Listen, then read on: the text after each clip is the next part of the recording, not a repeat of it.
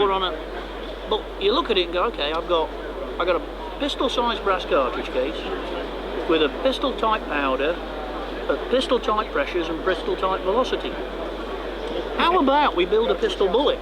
Yeah, right. You know, not per se the bullet, but the construction. Because that type of construction is so much cheaper to make. But it's also the construction that's conducive to expand at those velocities. Yeah.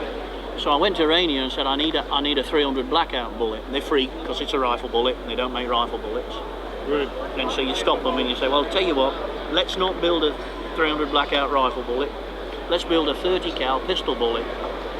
And you reprogram the little brains and they go, oh, we can do that all day. and that's what you actually want. You want a long 30 cal pistol bullet.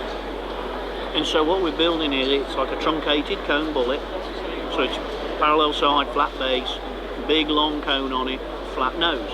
You arrange the flat diameter so it'll run up the feed ramps, but I've got enough of it I can punch a hollow point in it. Put about 5 to 6 thou copper on it, plated, because it's a Wedge bullet. So I'm not, you know, the bullet cost is going to be the same or similar to making a pistol bullet. It's a little bit more because it's longer dies. But it's not all the intricacies of building a super long range, super accurate 308 bullet. So they're going to be, these new rounds are going to be more like 50 cents a round rather than $3 a round. I hope so. But more importantly, I'm going to have a subsonic 300 blackout, which is where it's brilliant. Right. Particularly quiet, even quieter with a can.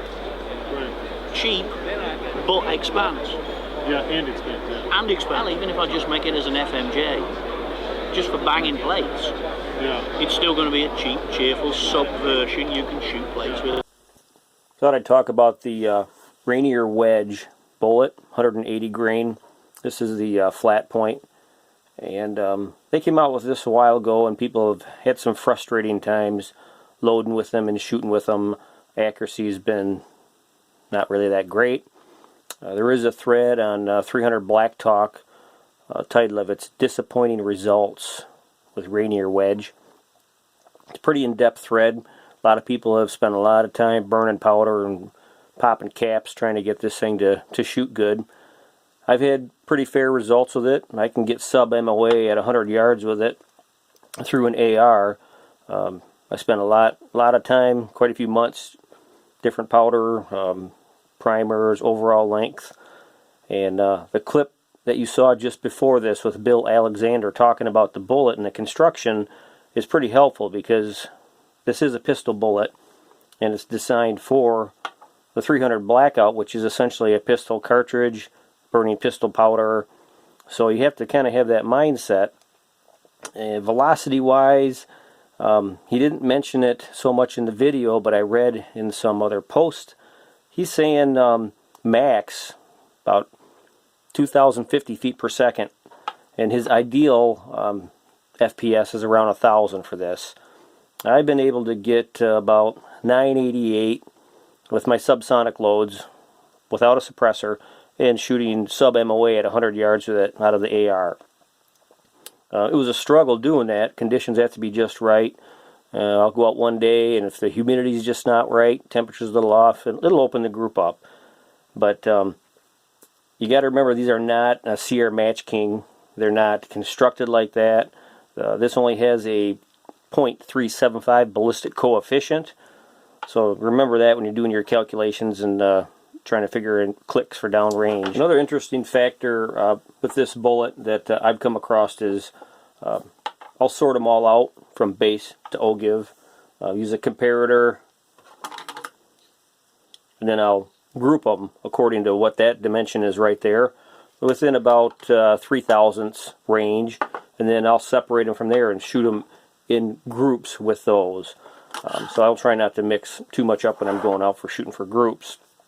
There was a mention too about overall length when you seat the bullet in the case, and a lot of people, like to seat them as far out as they can, and Bill Alexander recommends about 2.10, and I've found, and I've read too, the deeper you seat these things, better they are.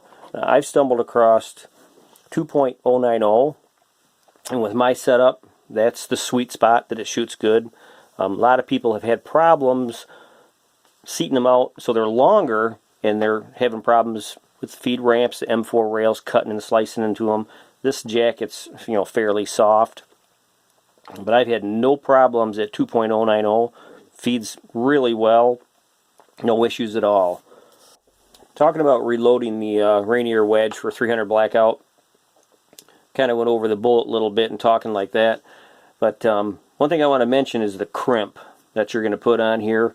A lot of people really, you know, bear down on the crimp on there, and these are pretty soft plated bullets, and I don't know if you can get a better idea and see what I've got there. That's a little less than medium, but I've pulled some of these and I have no crimp marks on the bullets, anything like that. And I've measured them, chambered them 4 or 5 times, and no bullet mitigation. I don't get it to move at all.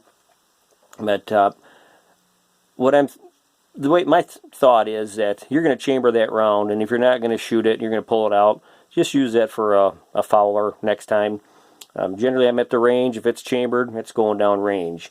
So that crimp has worked really good for me. I won't get any movement on it. My overall length stays the same. I've turned all my necks to about 11 thousandths, and I don't have to do any flaring of the neck when I go to seat a bullet.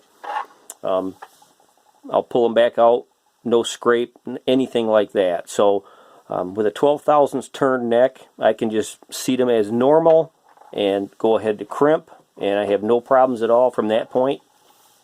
So it's worked really good for me, and I just thought I'd kind of mention that because a lot of people have issues with, they have to bell the neck and then crimp and get rid of that, and I haven't had to do any of that stuff.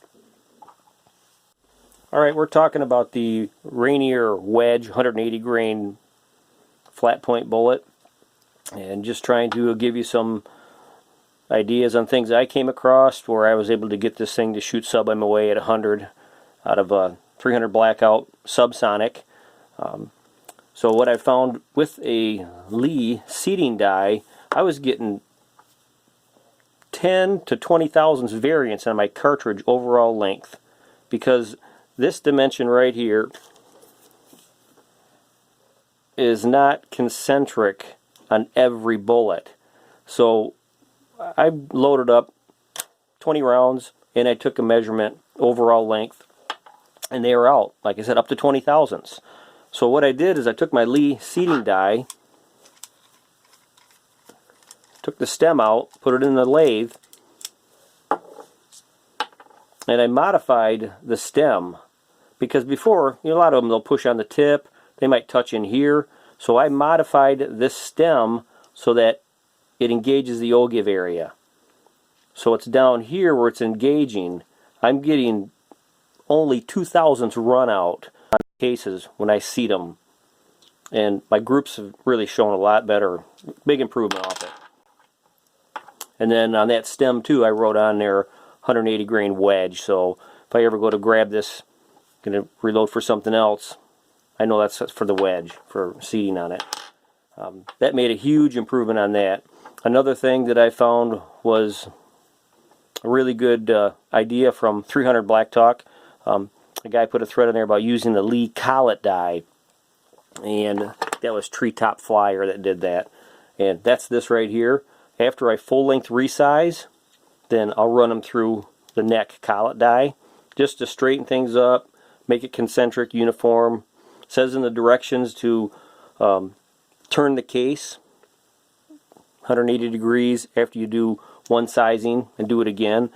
And I'm sold on that. My groups have shrunk, so I full length resize and then I collet size, and I've got my cedar stem modified for the wedge bullets. That's all I'm going to use this for.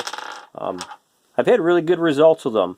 They're cheap bullets as far as cost wise, and if you're out and you want to burn up 200 rounds at the range, you just do some shooting, and they're really good for that. What I'm going to try doing next, because I've got the subsonic pretty good where I'm happy with the loads, I'm going to try pushing these things maybe 1600 up to 1600. I'm going to see what I get, you know, for groups, performance, that kind of thing. just to see what I can get out of it. You know, after you get a load developed, you kind of get a little bored with it. You want to try something different. So I'm going to see what happens when I push these a little harder through the 300 blackout. So I just kind of want to clear up some stuff about the Rainier wedge bullets because people dog on them pretty hard. And I've got a couple other videos out there where I'm shooting dimes at 100.